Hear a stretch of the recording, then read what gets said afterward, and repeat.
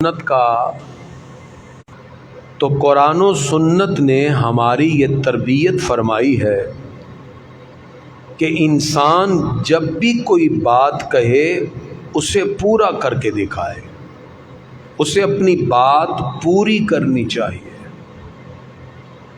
شرعی عذر کے بغیر اپنے قول سے مکر جانا یا یہ کہنا کہ رات گئی تو بات گئی، یہ اسلامی مزاج کے سخت خلاف ہے۔ اگرچہ آج یہ ایک رواج بن چکا ہے، فیشن ہے، لوگ اپنی بات سے ڈٹائی سے مکر جاتے ہیں۔ پروردگار فرماتا ہے یا ایھا الذین آمنوا اوفوا بالعقود، اے ایمان والو اپنی باتوں کو پورا کرو۔ اور مزید فرمایا ان العہد کان مسئولا، قیامت کے دن وعدوں کے بارے میں سوال کیا جائے گا۔ ویسے تو عام لوگوں سے بھی ہمیں بے وفائی نہیں کرنی چاہیے، کسی سے بات کہہ کے مکرنا نہیں چاہیے، بات کہہ کر اس پر قائم رہنا یہ مومن کی شان ہے۔ لیکن اگر انسان اپنے رب کریم یا حضور اکرم صلی اللہ علیہ وسلم کے ساتھ کیے ہوئے وعدے کو پورا نہ کرے، یہ اس کے انحطاط پذیر ہونے کی دلیل ہے، اس کی سوچ کے ڈی ویلیو ہونے کی دلیل ہے کہ اس نے اللہ اس کے رسول سے کیے ہوئے عہد و پیمان کو بھی پورا نہ کیا۔ اسلام قبول کرنا در حقیقت اللہ تعالیٰ اور اس کے رسول صلی اللہ علیہ وسلم سے کیے ہوئے وعدے کی تکمیل ہے۔ جب ہم کلمہ پڑھتے ہیں لا الہ الا اللہ محمد الرسول اللہ صلی اللہ علیہ وسلم، گویا کہ ہم اس بات کا اظہار کرتے ہیں کہ ہم اللہ اس کے رسول کی اطاعت اور فرما برداری کریں گے، اپنی مرضی کو چھوڑ کر دینی احکام میں اللہ اس کے رسول کی مرضی کو ترجیح دیں گے۔ اللہ کرے مومن اس وعدے کو جو اس نے کلمہ پڑھ کے اپنے رب سے کیا، اس کو نبھانے کی توفیق دے۔ آج بعض لوگ مجھے آ کے کہتے ہیں کریمی صاحب میں نے فلاں بندے کو 5 لاکھ دیا، کاروبار میں انویسٹ کیا، وہ کہتا ہے جی میں آپ کو منتھلی 20,000 دے دوں گا، 10,000 دے دوں گا۔ تو میں نے کہا نقصان؟ کہتے جی نقصان نہیں، بس ہمیں پیسے ملیں گے، یہ تو سود ہے۔ آپ نے کسی کو پیسے دے کے فکس پروفٹ کی ایک ریشو طے کر لی، کہتے نہیں یہ ہم دونوں آپس میں راضی ہیں۔ تو میں کہا کرتا ہوں کہ آپ راضی ہیں، اللہ اس کا رسول تو راضی نہیں ہے۔ ہمیں اپنی مرضی نہیں، سب سے پہلے اللہ اس کے رسول کی مرضی کو دیکھنا ہے۔ ہماری چاہت، ہماری مرضیاں بعد میں ہیں، اللہ اس کے رسول کی چاہت اور مرضی پہلے ہے۔ یہ نہیں ہو سکتا کہ ہم کسی گناہ پہ باہم سمجھوتا کر لیں اور کسی گناہ پہ راضی ہو جائے اور پھر اب اس گناہ کے کرنے کی یہ دلیل بنا لیں کہ ہم آپس میں راضی ہیں۔ قطعاً اس کی اجازت نہیں۔ وہ لوگ کتنے خوش نصیب ہیں جو اپنے مالک کریم سے کیے ہوئے وعدے کو شان کے ساتھ نبھاتے ہیں۔ اللہ رب العزت نے ان کی خوبیوں کو قرآن میں بیان کیا۔ ان وعدوں پر قائم رہنے والے سب سے پہلے صحابہ کرام ہیں، جنہوں نے حضور صلی اللہ تعالی علیہ وسلم کی ہر بات کو تسلیم کیا۔ آپ صلی اللہ علیہ وسلم سے عہد و پیمان کیا کہ پیارے آقا ہماری جانیں، ہمارا مال، ہماری عزت، ہماری آبرو، ہمارا وطن، ہم سب کچھ آپ کے قدموں پہ نچھاور کرتے ہیں۔ حضور صلی اللہ علیہ وسلم اگر ان سے خون عثمان پہ بیعت کریں تو سب آگے بڑھتے ہیں۔ اللہ فرماتا ہے ان الذین یبایعونک انما یبایعون اللہ، محبوبی آپ سے کانٹیکٹ نہیں کر رہے بلکہ یہ اللہ سے کانٹیکٹ کر رہے ہیں، اللہ سے بیعت کر رہے ہیں۔ لقد رضی اللہ عن المؤمنین اذ یبایعونک تحت الشجرہ، اللہ فرماتا ہے میں راضی ہو گیا ان لوگوں سے جنہوں نے درخت کے نیچے آپ سے بیعت کی ہے۔ تو گرامی حضرات، وہ عظیم ہستیاں جنہوں نے سب سے پہلے آگے بڑھ کر حضور اکرم صلی اللہ تعالی علیہ وسلم کی بات کو تسلیم کیا، آپ کی عظمتوں کو مانا، آپ سے کیے ہوئے وعدے کو مکمل کیا، ان میں سے آج ایک ہستی کا تذکرہ ہے یہ وہ ہستی ہیں جو ہمارے آقا کی بڑی محبوب ہستی ہیں، ہمارے آقا کے پیارے اور لاڈلے چچا حضرت سید الشہداء شیر خدا و مصطفیٰ حضرت حمزہ بن عبد المطلب رضی اللہ تعالی عنہما۔ آج ہم حضرت امیر حمزہ کی سیرت پہ بات کریں گے۔ شوال المکرم کے وسط میں آپ کا یوم شہادت ہے۔ انہوں نے حضور صلی اللہ علیہ وسلم سے کیے ہوئے وعدے کو مکمل کیا، احد کے میدان میں پیچھے نہیں ہٹے۔ انہوں نے وعدہ کیا، پیارے آقا ہم آپ کے ساتھ میدان عمل میں اتریں گے، ہر ممکن کوشش کریں گے کفار سے لڑنے کی، ہم ڈٹ کر جہاد کریں گے، جام شہادت نوش کرنا پڑا تو کریں گے۔ آخری سانس تک جنہوں نے حضور صلی اللہ علیہ وسلم سے عہد وفا کیا اور ڈٹ جانے کا عزم صمیم کیا اور پھر اپنے بات پر ڈٹے رہے، اللہ نے ان کو شہادت کی دولت عطا کی۔ ان میں سے حضرت امیر حمزہ رضی اللہ تعالی عنہ ہیں۔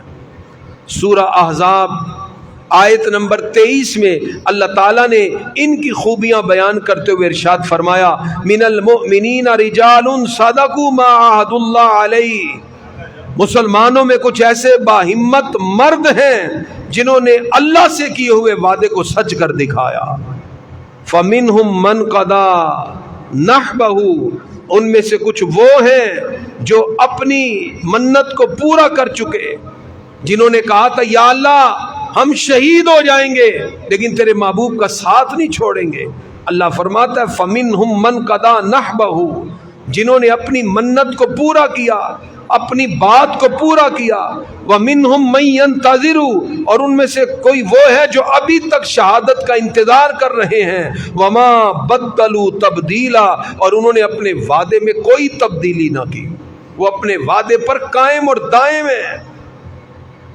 خالق کائنات نے ان پاک ہستیوں کا ذکر کرتے ہوئے اس آیت کریمہ میں شہداء احد بالخصوص سید الشہداء حضرت امیر حمزہ رضی اللہ تعالیٰ عنہ کی شان کو ذکر کیا۔ دنیا اور آخرت کی عزت اسی بات میں ہے کہ اللہ اس کے رسول کے ساتھ وفا کرو۔ اللہ اس کے رسول سے بے وفائی کرنے والا کبھی عزت نہیں پا سکتا۔ ہماری جانیں، ہمارے مال، ہماری عزت، ہماری آبرو، ہمارا سب کچھ رسول اللہ پہ قربان ہے۔ صد افسوس آج ہم اپنے اپنے ذاتی مفاد کی وجہ سے اس عظمت سے محروم ہو گئے۔ امت مسلمہ آج اللہ اس کے رسول کے ساتھ کیے جانے والے وعدے کو وفا کرنے کی بجائے اپنے اپنے مفادات کے تحفظ میں پڑی ہے۔ آج اوورآل اگر امت کی حالت دیکھیں تو کیا ہے؟ آپ دیکھیں پچھلے چند سالوں سے کیا صورتحال ہے۔ کبھی لیبیا کے اندر معمر قذافی ہوں اور کبھی عراق میں صدر صدام، اور کبھی ہم دیکھتے ہیں کہ غزہ کے اندر مسلمانوں کا قتل عام۔ وفائے سیدنا حضرت امیر حمزہ کا ایک ذرہ بھی مل جائے ہم دینی تقاضوں کو پورا کر سکتے ہیں، لیکن ان وفاؤں میں ہم پیچھے رہ گئے۔ امت ٹکڑیوں میں بٹ گئی، اتنی کثیر تعداد میں ہوتے ہوئے بھی ہم میں سے کوئی بھی فلسطینیوں کے لیے ان کے حق میں بات کرنے کے لیے بھی تیار نہیں۔ ام رسول سید الشہداء شیر خدا و مصطفیٰ ابو عمارہ سیدنا حمزہ بن عبد المطلب، آپ کی ولادت سرکار سے 2 سال پہلے ہے۔ حضور اکرم صلی اللہ علیہ وسلم کی ولادت ربیع الاول کے مہینے میں 21 اپریل کو ہوئی، یعنی ہمارے آقا کی ولادت کا دن پیر شریف کو آ رہا ہے۔ ہمارے آقا 21 اپریل پیر شریف کو پیدا ہوئے تھے اور 2 دن بعد ہمارے آقا کی ولادت کا دن آ رہا ہے۔ 21 اپریل ہمارے آقا کی ولادت کا دن ہے، پیر شریف کا دن تھا، اور اس سے 2 سال پہلے حضرت امیر حمزہ کی ولادت ہے۔ حضرت سویبہ وہ لونڈی ہیں جن کا دودھ حضرت امیر حمزہ رضی اللہ تعالی عنہ نے پیا، اور اسی لونڈی کا دودھ ہمارے آقا نے پیا۔ اس طرح حضرت امیر حمزہ ہمارے آقا کے رضائی بھائی بھی لگتے ہیں، چچا بھی ہیں، رضائی بھائی بھی ہیں۔ آپ انتہائی حسین و جمیل، ماہر تیر انداز، قوی ہے کل پہلوان، بے حد بہادر، متعدد اچھے اوصاف کے حامل تھے۔ آپ اسلام سے پہلے مکہ کے شعر مشہور تھے، اور اسلام قبول کر کے آپ اللہ اس کے رسول کے شعر مشہور ہو جاتے ہیں۔ پہلے مکہ کے شعر ہیں، اب اللہ اس کے رسول کے شعر ہیں۔ اسد اللہ و رسول۔ حضرت امیر حمزہ رضی اللہ تعالیٰ عنہ وہ عظیم ہستی ہیں جو ہر موقع پہ حضور صلی اللہ علیہ وسلم کے ساتھ رہے۔ نبوت کے 6 سال اللہ تعالیٰ نے اسلام کو غلبہ عطا کرنا تھا۔ حضرت امیر حمزہ رضی اللہ تعالیٰ عنہ اور حضرت فاروق اعظم قریب قریب کلمہ پڑھتے ہیں، اور دونوں کے کلمہ پڑھتے ہی اسلام کو عزت اور شوکت مل جاتی ہے۔ سیدنا امیر حمزہ رضی اللہ تعالیٰ عنہ کے قبول اسلام کا سبب یہ بنا کہ ایک دن ابو جہل نے صفا پہاڑی کے قریب حضور صلی اللہ علیہ وسلم کو اکیلے دیکھا۔ کافر اور منافق ہمیشہ کسی کو تنہا دیکھ کے وار کرتا ہے، مجمع میں گھبراتا ہے، کیونکہ اس کو اپنے کفر اور اپنے نفاق سے ڈر ہوتا ہے۔ تنہا دیکھ کر حضور صلی اللہ علیہ وسلم پر نازیبہ جملے کسنے لگے، حضور صلی اللہ علیہ وسلم کو برا بھلا کہنے لگے، بد زبانی کی۔ نبی کریم صلی اللہ علیہ وسلم نے کوئی جواب نہ دیا۔ عقل مند انسان کبھی جاہل کی بات کا جواب نہیں دیتا، کیونکہ وہ جاہل کی بات کا جواب دے کر اپنے آپ کو اسی درجے پہ لے آتا ہے۔ عقل مند کیا کرتا ہے؟ عباد الرحمن الذین یمشون علی الارض ہونا، اللہ والے زمین پر آستگی سے اور عاجزی سے چلتے ہیں۔ وَإِذَا خَاطَبَهُمُ الْجَاهِلُونَ قَالُوا سَلَامًا، جب جاہل ان سے کلام کرتے ہیں وہ سلام کر کے گزر جاتے ہیں، وہ جواب بھی نہیں دیتے۔ تو حضور اکرم صلی اللہ علیہ وسلم نے ابو جہل کی کسی بات کا جواب نہ دیا، وہ یاوا گوئی بکتا رہا۔ ہمارے آقا عاجزی سے گزر گئے، عزت سے گزر گئے۔ یہ ماجرا ایک لونڈی وہاں دیکھ رہی تھی۔ تھوڑی دیر بعد حضرت حمزہ وہاں سے گزرے، تیر کمان لیے، شکار کے بڑے شوقین تھے، اونچے لمبے چوڑا سینہ اور خوبصورت انداز میں۔ آپ وہاں سے گزرے، لونڈی نے بتایا آپ کے بھتیجے کے ساتھ ابھی ابو جہل نے ایسا کیا۔ ابو جہل اسی وقت غصے میں بھرے ہوئے، حضرت امیر حمزہ رضی اللہ عنہ غصے سے بھرے ہوئے ابو جہل کے پاس، ابو جہل بیٹھ کے گفتگو کر رہا ہے۔ حضرت امیر حمزہ نے جا کے کمان زور سے ابو جہل کے سر پہ ماری، اور اس کے سر پہ ماری تو اس کو خون کا فارا پھوٹ پڑا۔ اس کی قوم کے لوگ اٹھنے لگے، اس نے بٹھایا۔ حضرت امیر حمزہ نے کہا یہ تو نے میرے بھتیجے کے ساتھ کیا کیا؟ اب ابو جہل یہ چاہتا تھا کہ میں باتوں سے ان کو اپنی طرف قائل کروں۔ اس نے کہا تم جانتے نہیں یہ ہمارے بتوں کو، ہمارے خداؤں کو برا کہتے ہیں، ہمارے باپ دادا کے دین کی مخالفت کرتے ہیں۔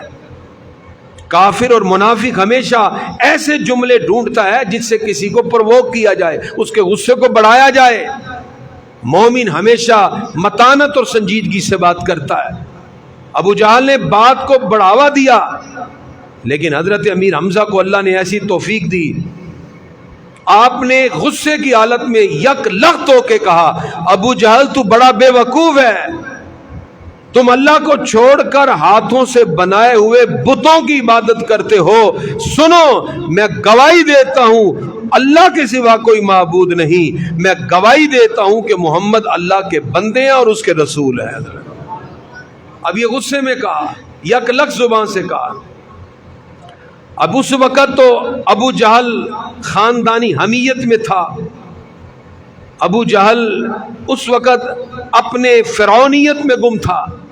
کبھی انسان اپنے تکبر، اپنی رعونت کی وجہ سے حق سے محروم ہو جاتا ہے۔ ابو جہل سے کسی نے پوچھا کیا یہ بتاؤ یہ اللہ کے سچے رسول ہیں؟ اس نے کہا ہاں ہیں۔ کہا پھر تو مانتا کیوں نہیں؟ اس نے کہا میرا سٹیٹس ہے، میں نے اگر کلمہ پڑھ لیا تو یہ کالے رنگ کا بلال میرے ساتھ آگے بیٹھ جائے گا، نعوذ باللہ۔ اس کو اپنی دولت پہ اور اپنے بڑے ہونے پہ تکبر تھا، اور کبھی یہی سٹیٹس، کبھی یہی چیز انسان کے لیے حق کو قبول کرنے سے مانع ہو جاتی ہے۔ گرامی قدرات، اب حضرت امیر حمزہ نے یہ تو کہہ دیا، اس کے بعد یہ حضور صلی اللہ علیہ وسلم کی بارگاہ میں حاضر ہوئے، سرکار سے عرض کیا میں نے ایسے ایسے باتیں کی۔ اچھا اب ہمارے آقا علیہ الصلوۃ والسلام اس سے کوئی خوش نہیں ہوئے؟ انہوں نے کہا جی میں نے آپ کا بدلہ لے لیا ہے، میں نے اس کو یہ کہہ دیا وہ کہہ دیا ہے۔ سرکار فرماتے ہیں میں بدلہ لینے کے لیے آیا ہی نہیں. یہ ہے اصل میں ہمارے آقا کی سیرت. اپنی ذات کو کبھی بھی نہ لے کے آئیں. آپ کا ہر اٹھنے والا قدم اللہ اس کے رسول کے لیے ہونا چاہیے. ذات کیا ہوتی ہے؟ ہمارے آقا فرماتے ہیں چچا میں اپنی ذات کے لیے آیا ہی نہیں، اور میں کسی بدلے کو پسند نہیں کرتا. میں تو پسند کرتا ہوں آپ کلمہ پڑھ کے اسلام کو قبول کر لیں. اسی وقت عرض کیا اے بھتیجے مجھے دل سے قلبی تسکین نہیں، آپ نے ہاتھ رکھا تو اسی وقت حق کھل گیا. تو پکار اٹھے اشہد انک لصادقون، میں گواہی دیتا ہوں کہ آپ اللہ کے سچے رسول ہیں اور سرکار کے ہاتھ پہ اسلام کو قبول فرما لے گا. گرامی حضرات، یہ ہے حضرت امیر حمزہ رضی اللہ عنہ کا اسلام قبول کرنا. اس کے بعد جہاں بھی معاملہ آیا حضرت امیر حمزہ رضی اللہ عنہ سرکار کے ساتھ کھڑے ہیں، کسی مقام پہ پیچھے نہیں ہٹے. ہمارا کلمے پڑھنے کا مطلب کیا ہے؟ ہم گواہی دیتے ہیں، ہم وعدہ کرتے ہیں اللہ سے، یا اللہ تیرے دین کے لیے ہماری جان مال عزت آبرو سب حاضر ہے. حضور صلی اللہ علیہ وسلم جو حکم فرمائے ہم اپنی چاہت اور اپنی مرضیوں کو بھی اللہ اس کے رسول کی مرضی کے مطابق کریں گے. یہ ہے ایمان. حضرت امیر حمزہ رضی اللہ تعالیٰ عنہ کو اللہ نے پھر یہ توفیق دی کہ حضور صلی اللہ علیہ وسلم کے ساتھ مکہ مکرمہ میں رہے، یہاں تک کہ جب کفار ہر طرف سے نا امید ہوئے انہوں نے سوشل بائیکاٹ کر دیا کہ بنو ہاشم کا سوشل بائیکاٹ. 3 سال تک حضور صلی اللہ علیہ وسلم شیب ابی طالب میں محصور رہے. یاد رکھیے آل حق ہمیشہ تکلیفوں سے گزرتے ہیں. جو تکالیف سے نہیں گزرتا وہ کبھی بھی حقیقت کی راہ تک پہنچ ہی نہیں سکتا. حضور صلی اللہ تعالی علیہ وسلم کے سب سے بڑھ کر مخالفت، وہ سارے کے سارے آپ کے خلاف منصوبے بناتے رہے. ہمارے آقا درخت کے پتے کھاتے رہے 3 سال. آپ نے لاک ڈاؤن میں 6 مہینے گزارے، لگ بتا گیا 3 سال شیب ابی طالب میں کوئی شخص ملنے کے لیے نہیں آ رہا. ہمارے آقا ڈٹے رہے اور سرکار کے چچا حضرت امیر حمزہ بھی سرکار کے ساتھ ڈٹے رہے. حق والے ڈٹے رہتے ہیں. وہ دنیاوی پریشانیوں پر تکالیف پر کبھی بھی اپنی زبان سے حرف شکایت نہیں لاتے، کیونکہ وہ اپنی ذات کے لیے تو کام کرتے نہیں ہیں، اللہ کی رضا کے لیے کام کیا جاتا ہے. پھر جب ہجرت کر کے مدینہ منورہ آئے، جب بھی جہاد کی باری آئی حضرت امیر حمزہ کے ہاتھ میں ہمارے آقا نے جھنڈا پکڑایا. ام رسول ہیں اور آپ عظیم سپہ سالار بھی ہیں اور جرنیل بھی ہیں. ہجرت کے دوسرے سال جس وقت غزوہ بدر ہوا، کفار اپنی پوری شان و شوکت کے ساتھ آتا ہے. 1000 کا لشکر، تیر، نیزے، تلوار، گھوڑے، ہر طرح کا اسلحہ. ادھر مسلمان 313 ہیں. یہ بات غور سے سنیے گا. کفر نخوت سے آتا ہے، تکبر سے بولتا ہے، مومن عاجزی سے بات کرتا ہے. لیکن جب باری آئی تو کفر کو للکارنے کی تو 3 ہستیاں نکلی مسلمانوں کی طرف سے. کفار کا لشکر سامنے کھڑا ہے، وہ 3 ہستیاں جب میدان میں نکلی ان میں سب سے پہلے جس نے کفار کو للکار کے کہا اگر ہمت ہے تو ہمارے سامنے آ کے دکھاؤ، اس پہلی للکار کا جو اعلان بدر میں ہوا وہ للکار حضرت امیر حمزہ رضی اللہ تعالیٰ عنہ کے لیے. مومن غیرت مند ہوتا ہے، وہ دلیری سے بات کرتا ہے. آج پورا کفر اکٹھے ہو کر مسلمانوں کے ٹکڑے کر رہا ہے. ایک للکار اگر غیرت مند مسلمان اپنی زبان سے طاقت کے ساتھ کہہ دے، ایک للکار ہی کافی ہے. لیکن یہ بات کہنے کے لیے آج کوئی رہا ہی نہیں. آج اپنے اپنے مفادات کی دوڑ میں سب لگے ہیں. کیسے دنیا کی دولت اور پیسے کے لالچ میں مسلمانوں کو ڈاواڈول کر دیا. حضرت امیر حمزہ آگے بڑھے اور ایک ہی للکار سے کہا آؤ کسی کی ہمت ہے ہمارے سامنے. تو ادھر سے عتبہ، شیبہ اور ولید نکلے اور ادھر سے حضرت امیر حمزہ کی قیادت اور مولا علی.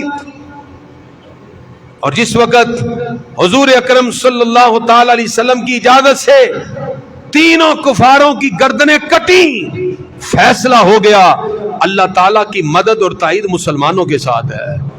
پھر 313 نے ساری صفوں کو الٹا کے بتا دیا کہ مومن جب حق کی خاطر کھڑا ہو جائے، باطل کی جرت نہیں ہے کہ مسلمانوں کے سامنے کھڑا بھی ہو سکے۔ بات کرنا تو دور کی بات ہے۔ کاش اللہ کرے یہ دلیری پھر مسلمانوں میں پیدا ہو اور مسلمان پھر اس دلیری کے ساتھ اٹھے اور امت مسلمہ میں پھر وہ صلاح الدین ایوبی کی یادیں تازہ ہوں اور امت مسلمہ پھر بام عروج پہ چلی جائے۔ آج سرکار کے چچا کا ذکر ہے، حضرت امیر حمزہ رضی اللہ عنہ کا جہاں ذکر آ جائے سرکار کی نظر رحمت بھی ہو جاتی ہے۔ دعا کریں اللہ تعالیٰ جتنے لوگ آج جمعہ میں شامل ہیں، بڑا پیارا رب نے موسم بنا دیا، ٹھنڈی ہوائیں، جمعے کا دن، اللہ حضرت امیر حمزہ کی ان پاک عظمتوں کے صدقے اللہ ہماری خطاؤں کو معاف فرما دے اور ہمیں پھر وہی شب زندہ دار مسلمان بنا دے اور ہم اسلام کی عظمت کے لیے ڈٹ جائیں۔ جرت اور بہادری اللہ تعالی ہمارے اندر پیدا فرما دے۔ یہی وجہ ہے کہ غزوہ بدر کے بعد جب بنو قینقاع قبیلے نے اپنی فطرت کے مطابق سرکار سے امن کا معاہدہ توڑا، ان کے خلاف جو لشکر تیار ہوا اس کے اندر جھنڈا اٹھانے والے بھی سید الشہداء حضرت امیر حمزہ رضی اللہ تعالیٰ عنہ ہیں۔ یہ گورنر مدینہ ہیں، یہ امیر مدینہ ہے۔ آج بھی مدینہ منورہ میں آپ کو جو خوشبو روضہ رسول سے آئے گی وہی خوشبو حضرت امیر حمزہ کی قبر سے آئے گی۔ ایسا قرب کا تعلق آج بھی موجود ہے۔ حضرت امیر حمزہ رضی اللہ تعالیٰ عنہ نے اسلام قبول کر کے پھر سرکار کے ساتھ عہد نبھایا، پیچھے نہیں ہٹے۔ ظلم و تشدد پر سارے کفار ایک ہو گئے۔ حضور صلی اللہ علیہ وسلم کو اتنی تکلیفیں دی کہ زبان سے نہیں کہی جا سکتی، لیکن حضور صلی اللہ تعالی علیہ وسلم بھی ڈٹے رہے اور پھر حضرت امیر حمزہ رضی اللہ تعالیٰ ساتھ کھڑے ہیں۔ اور یہی وجہ ہے کہ جس وقت آپ نے اسلام قبول کیا پھر آپ نے اپنے ایمان کا اظہار فرمایا کفر اور شرک سے میں نفرت کرتا ہوں اور اسلام سے میں محبت کرتا ہوں۔ جیسے حضرت امیر حمزہ رضی اللہ عنہ اسلام قبول کرتے ہیں، ادھر سے فاروق اعظم نے کلمہ پڑھ لیا، اب کفار سمجھ گئے کہ رسول اللہ کا دین غالب ہو کے رہے گا اور ہو کے رہا۔ اور اللہ تعالیٰ نے پھر مکہ کے بعد مدینہ منورہ کے اندر وہ عظمتیں عطا کی کہ حضور اکرم صلی اللہ علیہ وسلم کے یہ صحابہ آپ صلی اللہ علیہ وسلم کی قیادت کے ساتھ کھڑے ہو گئے۔ اپنے دلوں میں سرکار کی سچی محبت پیدا کریں۔ میں بار بار آپ سے یہ گزارش کیا کرتا ہوں، سرکار کی ذات پہ کم از کم روزانہ 313 مرتبہ درود شریف ضرور پڑھا کریں۔ یہ حاضری ہوتی ہے آپ کی سرکار کی بارگاہ میں۔ 1000 مرتبہ پڑھ لیں تو مرنے سے پہلے اللہ آپ کو جنت کا مقام دکھا دے گا۔ ضرور حاضری لگوائیں اور ہر کام میں سرکار کی سنت کو تلاش کیا کریں۔ ہر کام میں، جیسے آپ مسجد میں داخل ہوئے پہلے دایاں پاؤں داخل کریں۔ جس صف پہ آپ نے نماز پڑھنی ہے وہاں آپ نے بایاں پاؤں نہیں رکھنا، پہلے دایاں پاؤں رکھیں، پھر بیٹھیں، پھر اسی پہ نماز پڑھیں۔ ہر عمل میں سنت کو تلاش کریں۔ جتنا حضور صلی اللہ علیہ وسلم سے پیار کرتے رہیں گے اللہ دنیا میں اتنی سربلندی عطا فرماتا رہے گا۔ علامہ اقبال کہتے ہیں ہر کے عشق مصطفیٰ سامان اوست، بار و بر درگوشائے دامان اوست۔ فرمایا جب سرکار کی سچی محبت دل میں آ جائے دنیا کی ساری نعمتیں انسان کے قدموں میں آ جاتی ہیں۔ حضرت سیدنا امیر حمزہ رضی اللہ تعالی عنہ جس وقت احد کے میدان میں پہنچے تو مسلمانوں کی تعداد تقریباً 700 تھی اور 3000 کا لشکر کفار کی طرف سے آیا بدر کا بدلہ لینے کے لیے۔ غزوہ احد مسلمانوں کی بہت بڑی آزمائش تھی۔ جب کفار کی طرف سے حملہ ہوا مسلمانوں نے جوابی کارروائی کی۔ 700 مسلمان کفار کی 3000 کی صفوں کو الٹا کے رکھ دیتے ہیں۔ کفار بھاگے وہاں سے۔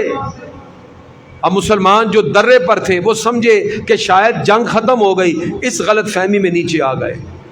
اب کفار مکہ نے پیچھے سے حملہ کر دیا بے خبری میں۔ اس بے خبری کا نقصان یہ ہوا کہ شہادت کی افواہ پھیل گئی۔ کہا گیا کہ حضور صلی اللہ علیہ وسلم شہید ہو گئے۔ صحابہ نے ہمت ہار دی، کہا جب سرکار نہ رہے تو ہم نے کیا کرنا ہے۔ وہ صحابہ زندہ تھے سرکار کی محبت کی وجہ سے، لیکن یہ افواہ تھی۔ حضرت مصعب بن عمیر ہم شکل تھے سرکار کے، ان کی شہادت تھی تو لوگ سمجھے کہ جیسے سرکار شہید ہو گئے۔ اس کا نقصان کیا ہوا کہ کفار نے جب حملہ کیا مسلمانوں نے تلواروں کو پھینک دیا کہ اب ہم نے لڑکے کیا کرنا ہے، جب سرکار ہی نہ رہے ہم نے کیا رہ کے کرنا ہے۔ لیکن اچانک نظر پڑی حضور صلی اللہ علیہ وسلم آپ اپنی اونٹنی پہ جلوہ فرما تھے۔ صحابہ نے آواز لگائی کہ حضور صلی اللہ علیہ وسلم موجود ہیں۔ صحابہ کرام نے جیسے دیکھا تو فوراً دوڑے، لیکن اتنی دیر تک 70 افراد شہید ہو چکے تھے، جن میں حضرت امیر حمزہ رضی اللہ تعالیٰ عنہ۔ لیکن صحابہ کرام پیچھے نہیں ہٹے، ان کی عظمتوں پہ قربان جائیے، کھڑے ہو گئے۔ حضرت طلحہ نے ڈھال ایسے آگے کی، عرض کیا پیارے آقا آپ پیچھے آ جائے، ایک تیر نیزہ میں آپ کی طرف نہیں آنے دوں گا۔ ان کی ڈھال نیچے گر جاتی ہے، انہوں نے اپنے ہاتھوں کو ڈھال بنا لیا، خون سے ہاتھ بھر گئے، ہر تیر نیزہ ان پہ لگا۔ ہمارے آقا پہاڑ کی بلندی پہ چڑھنے لگے تو حضرت طلحہ پھر جھک گئے، عرض کیا پیارے آقا میرے کندھے حاضر ہیں۔ ہمارے آقا نے کندھوں پہ قدم رکھتے ہوئے کہا آؤ جبا طلحہ۔ طلحہ نے اپنے اوپر جنت کو واجب کر لیا۔ پھر حضرت ام عمارہ کھڑی ہو گئی، خواتین نے حصہ لیا۔ اس مقام پہ تو حضرت امیر حمزہ بڑی طاقت کے ساتھ لڑے۔ اعلیٰ حضرت نے ان کے بارے میں جو لکھا اس کی تضمین کیا ہے؟ حضرت امیر حمزہ نے اس وقت احد کے میدان میں کھڑے ہو کر اکیلے تنے تنہا 31 کفار کو جہنم واصل کیا۔ 31 اکیلے 31 کفار